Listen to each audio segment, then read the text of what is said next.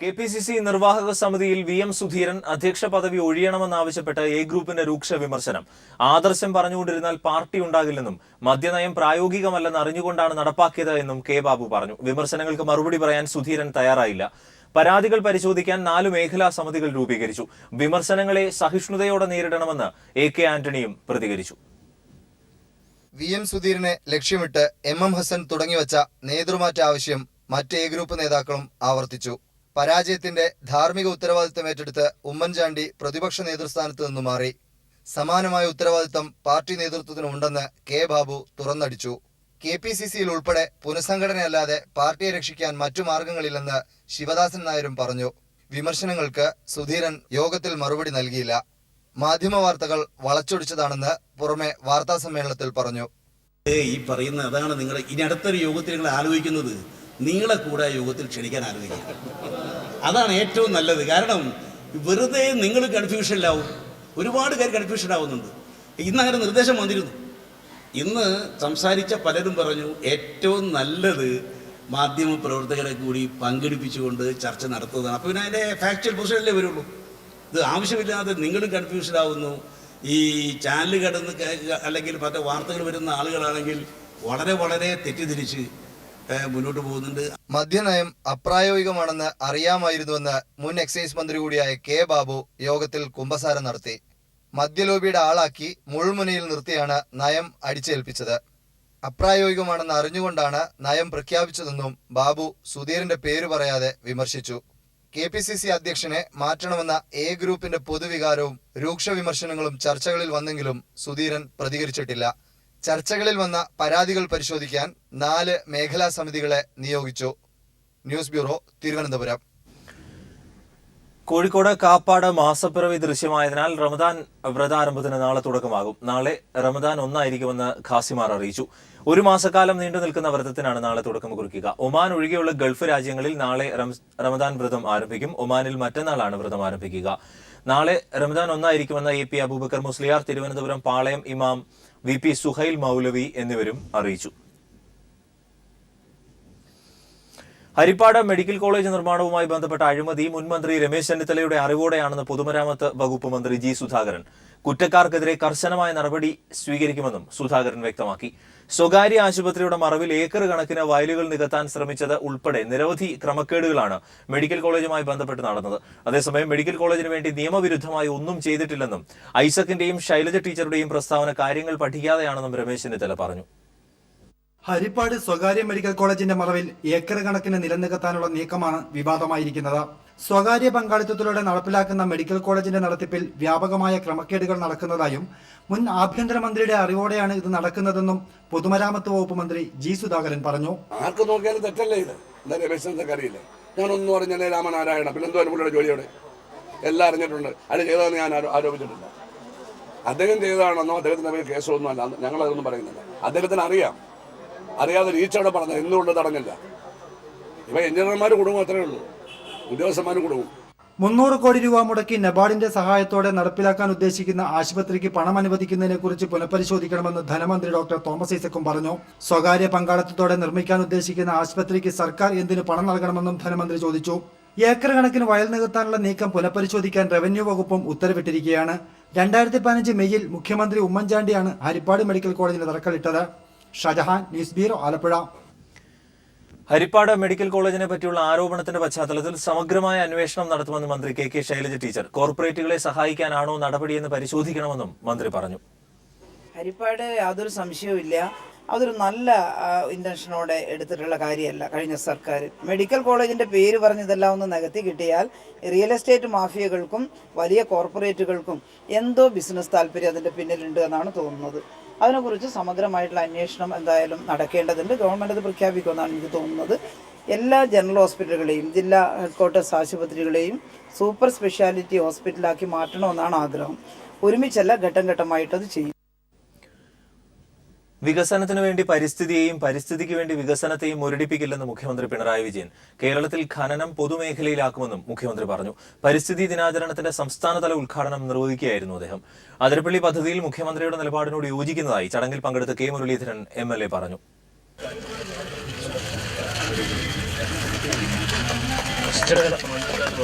തിരുവനന്തപുരത്ത് ലോക പരിസ്ഥിതി ദിനാചരണത്തിന്റെ സംസ്ഥാനതല ഉദ്ഘാടനം നിർവഹിച്ചാണ് മുഖ്യമന്ത്രി പിണറായി വിജയൻ സർക്കാരിന്റെ പരിസ്ഥിതി നയം വ്യക്തമാക്കിയത്. നമ്മുടെ നാട്ടിൽ വികസനത്തിനു വേണ്ടി പരിസ്ഥിതിയുടെ കഥ കഴിക്കുന്ന അവസ്ഥയുണ്ടാകരുത്. പരിസ്ഥിതിക്ക് വേണ്ടി വികസനം തടയുന്ന നില ഇല്ലാതിരിക്കാനും ശ്രദ്ധിക്കണം. ഇത്തരത്തിലുള്ള ഒരു സന്തുലിത സമീപനമാണ് നാം നിലനിർത്തേണ്ടത്. എങ്കിലേ പുതിയ കാലത്തിനൊത്ത് നമുക്ക് സഞ്ചരിക്കാനാവും. പൊതു ഉടമസ്ഥതയിൽ മാത്രമേ ഖനനം അനുവദിക്കുകയുള്ളെന്നും മുഖ്യമന്ത്രി പറഞ്ഞു. ഖനനം പൊതു ഉടമസ്ഥതയിലാകണമെന്ന കാഴ്ചപ്പാടിൽ തന്നെയാണ് LDF ഗവൺമെന്റ് ഉറച്ചു നിൽക്കുന്നത്. വന്യജീവികളുടെ സംരക്ഷണത്തിനൊപ്പം അവരിൽ നിന്നും മനുഷ്യരെ സംരക്ഷിക്കുന്നതിനും തുല്യ പ്രാധാന്യം നൽകുമെന്നും പിണറായി പറഞ്ഞു. അന്ധവും തീവ്രവും അശാസ്ത്രീയവുമായ പരിസ്ഥിതി മൗലികവാദ നിലപാടുകൾ നിയന്ത്രിക്കണമെന്നും പരിസ്ഥിതി വിഷയങ്ങളിൽ നിയമം കർശനമാക്കണമെന്നും പിണറായി വിജയൻ നേരത്തെ ഫേസ്ബുക്ക് പോസ്റ്റിൽ വ്യക്തമാക്കിയിരുന്നു. അതേസമയം അതിരപ്പള്ളി പദ്ധതിയിൽ മുഖ്യമന്ത്രിക്ക് പിന്തുണയുമായി ചടങ്ങിൽ KM മുരളീധരൻ MLA രംഗത്തെത്തി. അതിരപ്പള്ളിയുടെ കാര്യത്തിൽ ഞാൻ മുഖ്യമന്ത്രി എടുത്ത നിലപാടിനെ സ്വാഗതം ചെയ്യുന്നതാണ്. ഞാനും കുറച്ചു കാലം ഈ വകുപ്പ് കൈകാര്യം ചെയ്ത ഒരാളാണ്. അതുകൊണ്ട് എനിക്കറിയാം, ആവശ്യത്തിന് പകുതി മാത്രം ഉൽപ്പാദിപ്പിക്കുകയും കൂടുതൽ വില കൊടുത്ത് മറ്റ് സംസ്ഥാനങ്ങളിൽ നിന്ന് വാങ്ങിക്കൊണ്ട് നമുക്കിനി മുന്നോട്ട് പോകാൻ സാധ്യമല്ല. പരിസ്ഥിതി സംരക്ഷണമെന്നാൽ വികസനം തടയലല്ലെന്നും KM മുരളീധരൻ പറഞ്ഞു. News bureau, Thiruvananthapuram. ലോക പരിസ്ഥിതി ദിനാചരണത്തിന്റെ ഭാഗമായി CPIMന്റെ നേതൃത്വത്തിൽ സംസ്ഥാന വ്യാപകമായി ശുചീകരണ പ്രവർത്തനങ്ങൾ നടന്നു. തിരുവനന്തപുരം പാങ്ങോട് മാർക്കറ്റിൽ നടന്ന ശുചീകരണ പ്രവർത്തനങ്ങളിൽ സംസ്ഥാന സെക്രട്ടറി കോടിയേരി ബാലകൃഷ്ണൻ പങ്കെടുത്തു. കേരളത്തെ മാലിന്യമുക്തമാക്കാനും അതുവഴി മഴക്കാല രോഗങ്ങളിൽ നിന്ന് രക്ഷ നേടുന്നതിനും മഴക്കാല പൂർവ്വ ശുചീകരണ പ്രവർത്തനങ്ങൾ നടത്താൻ CPIM ആഹ്വാനം നൽകിയിരുന്നു. ഇതിന്റെ ഭാഗമായി സംസ്ഥാനത്തെമ്പാടും CPIMന്റെയും വർഗബഹുജന സംഘടനകളുടെയും നേതൃത്വത്തിൽ ശുചീകരണ പ്രവർത്തനങ്ങൾ നടന്നു. പരിസ്ഥിതി സംരക്ഷിച്ചുകൊണ്ടുള്ള വികസനമാണ് ഇടതുപക്ഷ ഗവൺമെന്റ് കേരളത്തിൽ നടപ്പാക്കാൻ പോകുന്നത്. പരിസ്ഥിതിക്ക് ദോഷകരമായ ഒരു പ്രവർത്തനത്തിലും ആരും ഏർപ്പെടാൻ പാടില്ല എന്നുള്ളതാണ് CPIMന്റെ സമീപനം. അതിൻ്റെ അടിസ്ഥാനമായിട്ടായിരിക്കും ഓരോ പദ്ധതികൾക്കും ഗവൺമെന്റ് രൂപം നൽകാൻ പോകുന്നത്. പരിസ്ഥിതി ദിനാചരണത്തിന്റെ ഭാഗമായി ആയിരക്കണക്കിന് വൃക്ഷത്തൈകളും നട്ടു. തദ്ദേശ സ്ഥാപനങ്ങളുടെ നേതൃത്വത്തിലും സംസ്ഥാന വ്യാപകമായി ശുചീകരണ പ്രവർത്തനങ്ങൾ നടന്നു. മന്ത്രിമാർ, MLAമാർ, പാർട്ടി നേതാക്കൾ തുടങ്ങിയവർ വിവിധ കേന്ദ്രങ്ങളിൽ ശുചീകരണ പ്രവർത്തനങ്ങൾക്ക് നേതൃത്വം നൽകി. ലോക പരിസ്ഥിതി ദിനാചരണത്തിന്റെ ഭാഗമായി DYFIയുടെ നേതൃത്വത്തിൽ ഈ മാസം 10 വരെ സംസ്ഥാന വ്യാപകമായി വൃക്ഷത്തൈകൾ നടും. വൃക്ഷത്തൈ നടീലിന്റെ സംസ്ഥാനതല ഉദ്ഘാടനം തിരുവനന്തപുരത്ത് പൊട്ടക്കുഴിയിലെ AKG പാർക്കിൽ വൈദ്യുതി മന്ത്രി കടകംപള്ളി സുരേന്ദ്രൻ നിർവഹിച്ചു. News bureau, Thiruvananthapuram. ലോക പരിസ്ഥിതി ദിനാചരണത്തിന്റെ ഭാഗമായി എൻട്രി വിത്ത് ലവ് പദ്ധതിക്ക് തുടക്കം കുറിച്ചു. ഇടുക്കി കുമാരമംഗലം വില്ലേജ് ഇന്റർനാഷണൽ സ്കൂളിൽ നടന്ന ചടങ്ങിൽ മമ്മൂട്ടി പദ്ധതി ഉദ്ഘാടനം ചെയ്തു. I pledge to protect. ലോക പരിസ്ഥിതി ദിനാചരണത്തിന്റെ ഭാഗമായാണ് പത്മശ്രീ ഭരത് മമ്മൂട്ടി ഭൂമിയുടെ നന്മയ്ക്കായി പ്രതിജ്ഞാവാചകം കുരുന്നുകൾക്ക് ചൊല്ലിക്കൊടുത്തത്. ഇടുക്കി കുമാരമംഗലം വില്ലേജ് ഇന്റർനാഷണൽ സ്കൂളിൽ നടന്ന പരിപാടി പുതുതലമുറയ്ക്ക് പരിസ്ഥിതി സ്നേഹത്തിലേക്കുള്ള വഴികാട്ടിയായി. പേപ്പറിൽ തീർത്ത പേനയിൽ നിന്നും കുട്ടികളെ പരിസ്ഥിതിയുടെ നിലനിൽപ്പിനായും നന്മയുടെ നാളേക്കായും കൈപിടിച്ചുയർത്തുന്ന എൻട്രി പദ്ധതിയും വിത്ത് ലവ് എന്ന പേരിൽ മരങ്ങൾ നട്ടുവളർത്താനുള്ള പദ്ധതിക്കും മഹാനടൻ മമ്മൂട്ടി കുരുന്നുകളെ സാക്ഷിയാക്കി തുടക്കം കുറിച്ചു. ഈ കഴിഞ്ഞ കൊല്ലം ഞാൻ നട്ടത് അതേ സ്ഥലത്ത് തന്നെയാണ് ഞാൻ ഈ കൊല്ലം വീണ്ടും മരം നടുന്നത്. കഴിഞ്ഞ കൊല്ലം നട്ട മരം അന്നത്തോട് പോയി. ഇക്കൊല്ലം അതേ സ്ഥലത്ത് വീണ്ടും അടുത്ത കൊല്ലവും അതേ സ്ഥലത്ത് മരം നടുന്ന അവസ്ഥയുണ്ടാവുന്നത്. ഒരു സ്ഥലത്ത് ഒരു മരമേ നടാവൂ. ആ മരത്തിനെ സംരക്ഷിക്കുകയും വളർത്തി വലുതാക്കുകയും ചെയ്യേണ്ട ഉത്തരവാദിത്വം കൂടെ നമുക്കുണ്ട്. ഉപയോഗിച്ച ശേഷം വലിച്ചെറിയപ്പെടുന്ന പേപ്പർ പേനയുടെ അറ്റത്ത് പൊതിഞ്ഞുവെക്കുന്ന അഗസ്ത്യമര വിത്ത് ഭൂമിയിൽ വളർന്ന് വരും തലമുറയ്ക്ക് ഭൂമിയുടെ പച്ചപ്പ് കാണിച്ചു നൽകും എന്നതാണ് വിത്ത് ലവിലൂടെ സംഘാടക ലക്ഷ്മി എൻ മേനോൻ കാട്ടിത്തരുന്നത്. News bureau, Idukki. വൈവിധ്യ ഉദ്യാന സംരംഭവുമായി EMS അക്കാദമി 2.5 ഏക്കർ സ്ഥലത്ത് 1000-ഓളം സസ്യ ഔഷധ വൃക്ഷത്തൈകളാണ് നട്ടുവളർത്തുക. ഇലഞ്ഞിത്തൈ നട്ടുകൊണ്ടാണ് CPM സംസ്ഥാന സെക്രട്ടറി കോടിയേരി ബാലകൃഷ്ണൻ ഉദ്യാനത്തിന് തുടക്കം കുറിച്ചത്. ജൈവ കൃഷിക്ക് വലിയ പ്രാധാന്യം നൽകുന്ന തിരുവനന്തപുരം EMS അക്കാദമി നഷ്ടപ്പെട്ട പ്രകൃതി സമ്പത്ത് പുനഃസ്ഥാപിക്കുക എന്ന ലക്ഷ്യത്തോടെയാണ് പുതിയ സംരംഭം ആരംഭിച്ചിരിക്കുന്നത്. ജൈവ വൈവിധ്യ ഉദ്യാനത്തിനാണ് ഇവിടെ പരിസ്ഥിതി ദിനത്തിൽ തുടക്കമായിരിക്കുന്നത്. EMS അക്കാദമിയിലെ 2.5 ഏക്കർ സ്ഥലത്താണ് ഉദ്യാനം തയ്യാറാകുന്നത്. ഇലഞ്ഞിത്തൈ നട്ടുകൊണ്ട് CPIM സംസ്ഥാന സെക്രട്ടറി കോടിയേരി ബാലകൃഷ്ണൻ ഇതിന് തുടക്കം കുറിച്ചു. 1000-ൽ പരം സസ്യ ഔഷധ വൃക്ഷങ്ങളാണ് ഇവിടെ നട്ടുവളർത്തുക. തിരുവനന്തപുരത്തെ ജൈവ വൈവിധ്യ പാർക്കായി ഇത് വികസിപ്പിക്കുമെന്ന് കോടിയേരി ബാലകൃഷ്ണൻ പറഞ്ഞു. ഇവിടെ 1000-ൽ പരം വിവിധ തരത്തിലുള്ള മരങ്ങൾ വെച്ചുപിടിപ്പിക്കുന്നൊരു പദ്ധതിയാണ്. നമ്മുടെ ഈ തിരുവനന്തപുരം ജില്ലയിൽ തന്നെ ഏറ്റവും നല്ല ഒരു ജൈവ വൈവിധ്യ പാർക്ക് എന്നുള്ള നിലയിൽ ഇത് ഭാവിയിൽ വികസിക്കും. അത്യപൂർവയിനം വൃക്ഷങ്ങൾ, ഔഷധ സസ്യങ്ങൾ എന്നിവ കൊണ്ട് കുട്ടികൾക്കായി നക്ഷത്രവനവും ഇവിടെ തയ്യാറാകും. ജൈവ വൈവിധ്യ ഉദ്യാനത്തിന്റെ സംരക്ഷണമായി ഇതിന് സമീപത്തെ കുളവും മാറും. കുളത്തിൽ മത്സ്യകൃഷിയും ഉടൻ ആരംഭിക്കും. ഇത്തരം സംരംഭങ്ങളിലൂടെ അരുവികൾ, കുളം, കാവുകൾ എന്നിവ സംരക്ഷിച്ചുകൊണ്ടുള്ള പ്രകൃതി സംരക്ഷണത്തിനാണ് CPIM ലക്ഷ്യം വയ്ക്കുന്നത്. News bureau, Thiruvananthapuram. മലബാർ ഡെവലപ്പേഴ്സും ജൈവ കാർഷിക സംരംഭവുമായ ഗ്രീൻ തമ്പും സംയുക്തമായി പരിസ്ഥിതി ദിനാചരണവും വൃക്ഷത്തൈ വിതരണവും നടത്തി. മലബാർ ഡെവലപ്പേഴ്സിന്റെ പാർപ്പിട സമുച്ചയമായ സിൽവർ ലിന്റണിൽ വൃക്ഷത്തൈ നട്ട് മുൻ മന്ത്രി MK മുനീർ ഉദ്ഘാടനം നിർവഹിച്ചു. Malabar group executive director AK Nishad, O Ashar, Siyad EA, Shereena Anwar തുടങ്ങിയവർ പങ്കെടുത്തു. മലബാർ ഗോൾഡ് ആൻഡ് ഡയമണ്ട്സിന്റെ മുഴുവൻ ഷോറൂമുകളിലും ഉപഭോക്താക്കൾക്ക് ജൈവ പച്ചക്കറി വിത്തുകളും ഗ്രോ ബാഗുകളും വിതരണം ചെയ്തു. സർക്കാരിന്റേത് നല്ല തുടക്കമാണെന്ന് MP വീരേന്ദ്രകുമാർ. അതിരപ്പള്ളിയിലും മുല്ലപ്പെരിയാറിലും എക്കാലത്തും ഒരേ നിലപാടുണ്ടാകണമെന്നില്ലെന്നും വീരേന്ദ്രകുമാർ കോഴിക്കോട് പറഞ്ഞു.